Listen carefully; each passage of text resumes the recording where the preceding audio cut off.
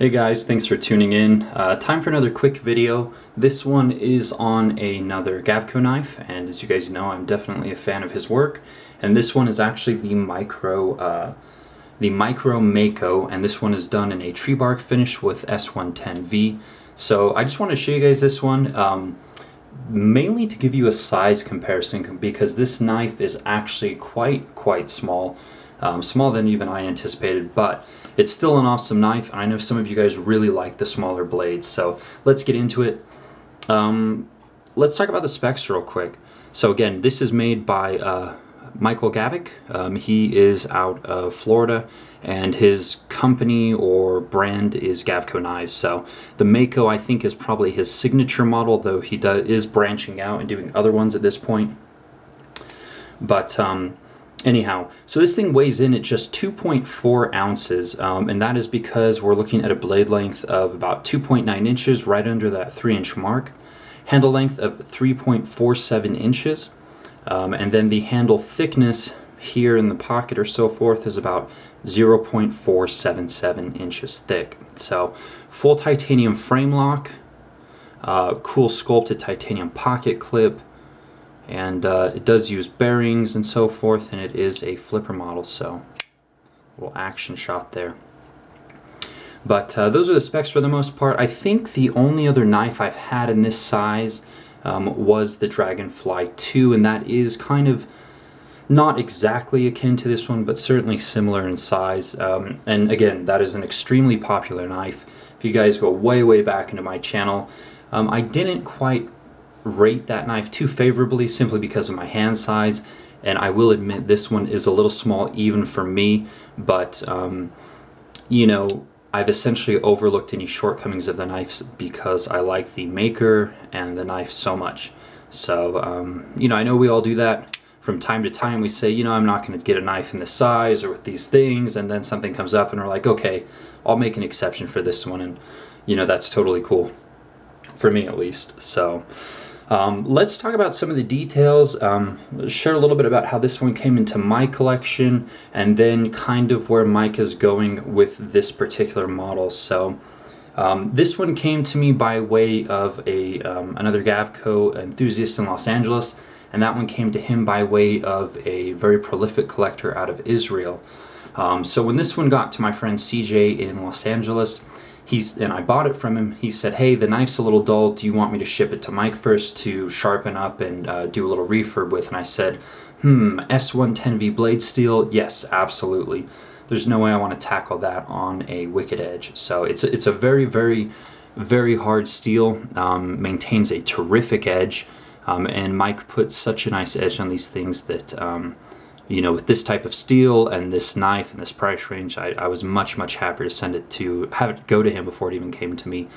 Another thing that I want to mention is Mike got this knife, and he had it for maybe it was like a day or maybe even 2 tops before the knife was shipped out again. And for those of you who've been collecting customized for a while, you know that unfortunately that's not the norm in the industry, where makers will make any repairs or sharpening a priority to get your knife back out to you. So you know, kudos to Mike Gavko Knives for, you know, making this one a priority, and I'm sure he does that with all of the ones that come back to him, either for repair should that ever happen, or sharpening or refurb, or any of those other services that he offers. So kudos again, Mike. So as far as this particular one, let me show you some size comparisons, because I think that's really going to hit home how small it is. So this is the full-size Mako, and the size, camera angle is going to be a little bit deceiving, but that is pretty close right there. So as you guys can see, huge size difference between the two. In my extra large hands, the full-size Mako is an absolute joy to me. So this is like, you know, my perfect size knife. If I want something a little bit smaller, I might go, you know, 3.25. This one being under 3 inches, here it is in my hands.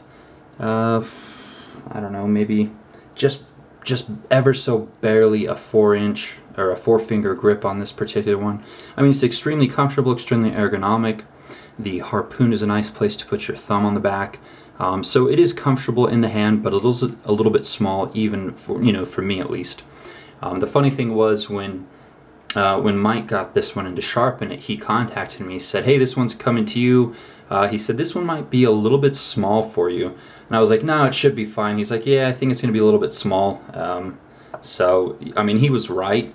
And what he's actually decided to do with this particular model is he is discontinuing this size in kind of the sub 3-inch range. And he's actually going to do a new model in between these two. So probably like 3.25 inches or so. I don't recall how big this one is right now. I should have probably had that before the video. But the next model, so he's discontinuing the smaller one. The next one's going to be in between these two. And it's going to be, I guess, the new micro, or I don't, you might call it something else, but it's going to be the new micro model essentially. So a few other interesting things. He's done a few really, really cool micros as of late, and he's auctioned them off on his Instagram page. And the most expensive knife I think that has gone to auction to date was a really interesting micro that had some really cool machining in it. Maybe a little bit kind of like a stout almost. That's what I kind of put it akin to. And that one went for over $2,000, I believe. So that was the most expensive price from Mike that I think has ever, or his most expensive auction. And of course, he didn't dictate the prices. You know, that was just enthusiasts bidding on it. So his most expensive knife that he sold to date was, in fact, a little micro. So, anyways, if you do have one of these, you know, it might be more valuable to collectors once he stops making this particular size. Again, as far as users go, this thing is awesome in slacks. Very, very capable knife. Again, S110 is an amazing steel. The action on this is actually quite good. It's very smooth. If the problem is that the blade is so light because it's such a small blade here that it's not going to, you know, fall on its own weight, such as its bigger brother here might. Or, I do have this one for size comparison. Here's my other Mako, the spinner, which I've done a video on. Let's take a look at the size comparison between these two. So, yeah. Now this is a much larger blade, and so this thing drops quite freely upon its own weight there. But anyways, the action is actually quite excellent. Again, there's really no compromises between the small one and then the normal size Mako. I mean, the action, excellent, very smooth. You can actually even use the little hole here. So with the middle finger flick, oh, that was quite pathetic under the camera here. But when I'm not under a camera, I can, there we go. I can do it quite readily. So middle finger flick works. As far as the thumb, maybe my hands might be a bit too big to kind of manipulate it well, so I'm not going to cut myself trying to do it. But another thing that I really, really like about this one is the finish. Now, I don't know if the camera is going to be able to pick this up well, but it's a tree bark finish, so you can see all the kind of contouring he's done by hand here, even on the pocket clip to give that tree bark look, but the colors are just absolutely incredible. Again, this is the reason that even though it's too small for me, I absolutely love it. Just the colors on this are just killer. I don't even know how to describe it. It's almost like a peach with like blue, with the blue, the raised portions at the beginning of the blue, and kind of the valleys are almost like a peach color or a bronze or something. I don't even know, but it looks awesome. So yeah, a lot of handwork into this knife, you know, all the texturing and everything.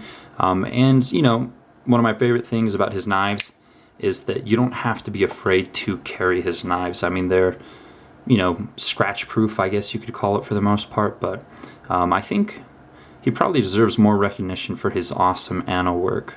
So, like, this one's got some amazing colors, but man, this one is incredible. I would love this exact configuration in a Mako.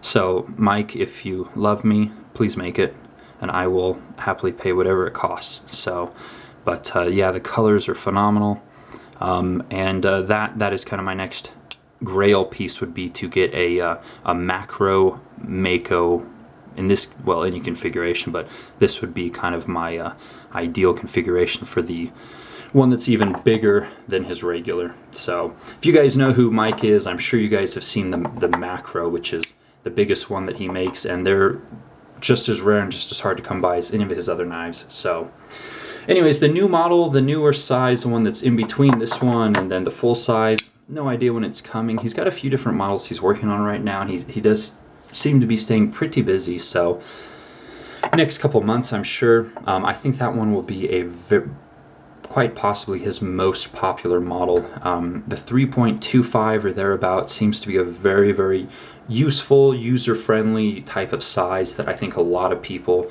would get behind. This one, and then this one, and then the Macro. It's more of an acquired taste as far as size goes. So if you got big hands like I do, then it's all good. But anyways, I guess that's pretty much it. So these are my 3 current offerings from Mike Gavko Knives, and I would happily get my hands on more if I could.